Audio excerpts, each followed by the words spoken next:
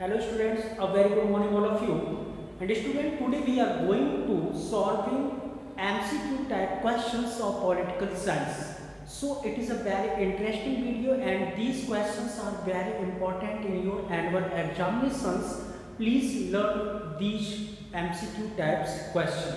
If you learn near about 20 MCQ, you have find out minimum 5 to 6 questions in your annual examinations. So let's to the start and look at the whiteboard and see and listen with carefully. The first question is panchayats have been established in. This question is, अगर हम identification करते हैं कि भाई ये question किस chapter से दिया गया है, तो भाई जैसे ही पंचायत आ गया तो पंचायत हमने कहाँ पढ़ा था बेटा? पंचायत जो हमने पढ़ा है वो लोकल गवर्नमेंट में पढ़ा है। तो लोकल गवर्नमेंट से ये एमसीक्यू बना हुआ है। तो यहाँ पे हम देखते हैं एमसीक्यू का मतलब क्या होता है? Multiple choice question. M for multiple, C for choice, Q for question, multiple choice question.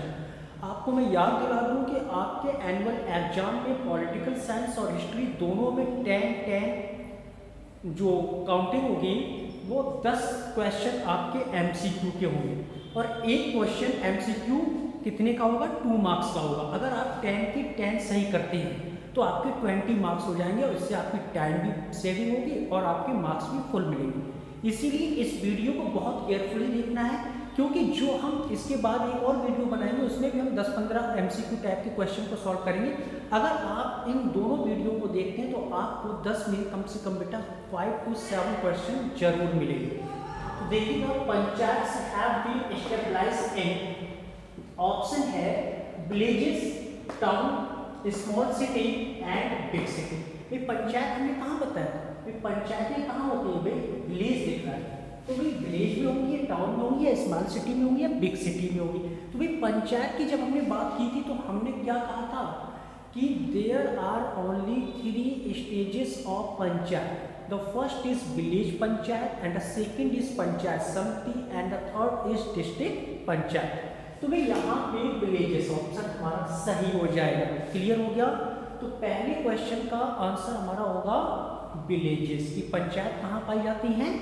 Villages में पाई जाती है, गांव में पाई जाती है। सेकंड क्वेश्चन, लीवर मीन्स, लीवर अर्थात लिबर्टी चैप्टर से दिया गया और इस क्वेश्चन का अर्थ हमें केवल बताना है कि लीवर का मतलब क्या होता है, अर्थ क्या होता है। तो यहाँ पे लिखा है free, second no freedom, C limited freedom और डी नन ऑफ दीज। तो भाई फ्री हमने कहा था, फ्रीडम किससे बना हुआ है? समझ लीजिएगा, यहाँ पे लिबर्टी और फ्रीडम इक्वल होते हैं। लिबर्टी का ही सिनोनिम्स होता है फ्रीडम। तो भाई हमारा यहाँ पे नो फ्रीडम ये तो बिल्कुल नहीं हो सकता, लिमिटेड फ्रीडम ये भी नहीं है, और यहाँ पे नन ऑफ दीज। क्यों? क्योंकि यहाँ पे एक्चुअली ये चीज पूछी जा रही है कि भाई लीवर का अर्थ क्या होता है। तो लीवर का अर्थ होता है बेटा फ्री। क्लियर हो गया यहाँ तक? नेक्स्ट देखते हैं, long walk to freedom is an autobiography of. ये क्वेश्चन देखते ही आपको याद आ गया होगा कि this question is already in half yearly examination. कि हाफ ईयरली एग्जाम में ये क्वेश्चन पूछा गया था और ये था लॉन्ग वॉक टू फ्रीडम। ये भी चैप्टर फ्रीडम से लिया गया है। तो कह रहा है कि लॉन्ग वॉक टू फ्रीडम अर्थात स्वतंत्रता के लिए एक लंबा संघर्ष या लंबा समय।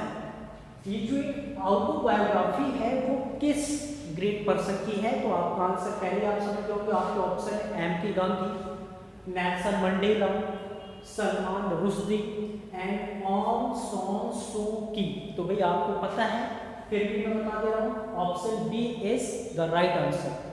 Nelson Mandela wrote a very famous book and that book is also known as the Nelson Mandela's autobiography, and that book name is Long Walk to Freedom, and Nelson Mandela was the former president of South Africa. Understand? Question number next beta, the statement that man by nature are equal is given by।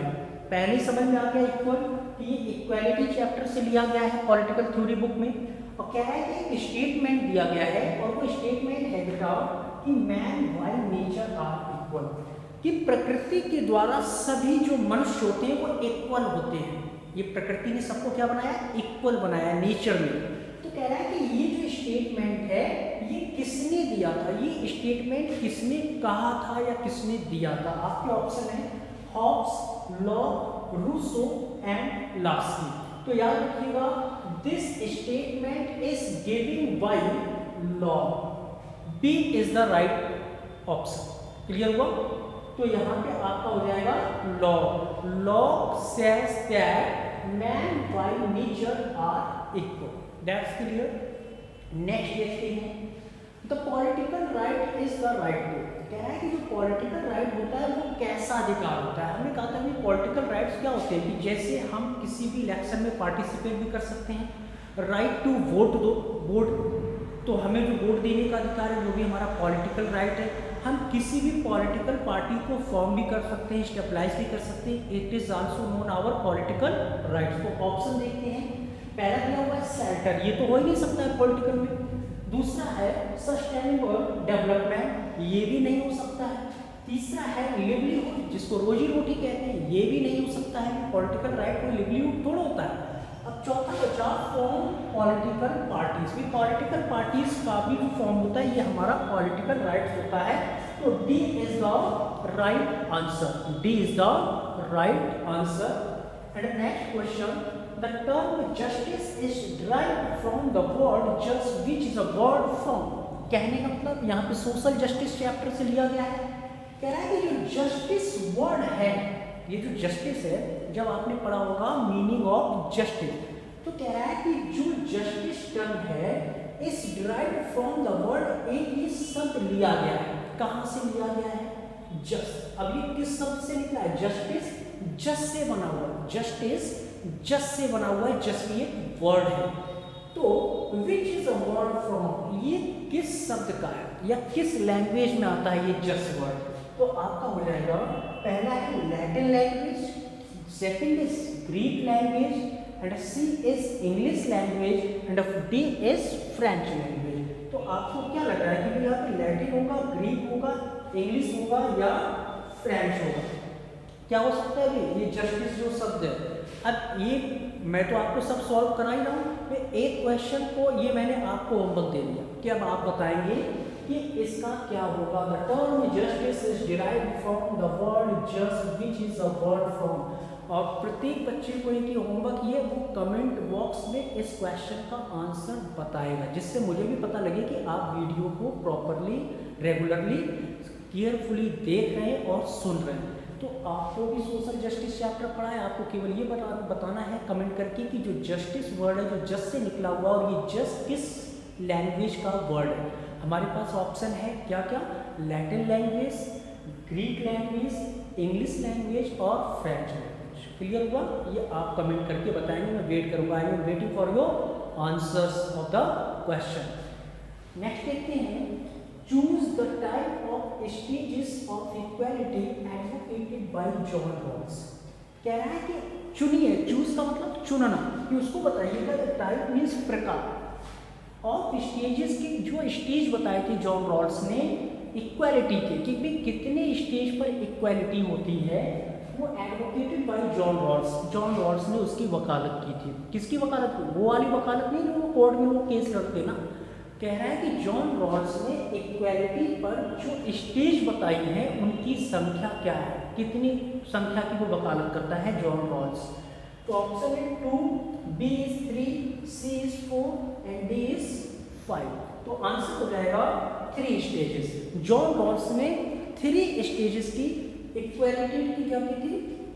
Advocated की थी। Clear हुआ? यहाँ पे एक बेटा यहाँ पे जगह नहीं थी, तो एक क्वेश्चन यहाँ पे देखिएगा कॉर्नर में लिखा हुआ है और वेरी सैंपल है, और इसका भी आंसर तो क्लास 6 का भी बच्चा दे देगा। इसलिए मैं ये भी चाहता हूँ कि इस क्वेश्चन का भी आंसर आप कमेंट करके दीजिए, ठीक है? तभी अच्छा लगता है कि जब हम भी पढ़ाएं, आप भी समझें और आप भी उसके आंसर दें। तो ये क्वेश्चन देखिएगा, लिखा हुआ है कि who was the first president of India. Who was the first president of India.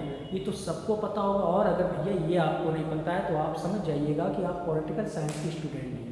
कि who was the first president, question को ध्यान से देखेंगे, who was the first president of India. Option देख लीजिएगा, पहला है doctor Rajendra Prasad, B is Pandit Nehru, and C is doctor Radhakrishnan, and D is Mrs Meera Kumar. Option फिर से देख लीजिएगा, फर्स्ट है डॉक्टर राजेंद्र प्रसाद, सेकंड है पंडित नेहरू, थर्ड है डॉक्टर राधा कृष्णन और फोर्थ है मिसेस मीरा कुमार। और मुझे आई होप कि you know who was the first president of India.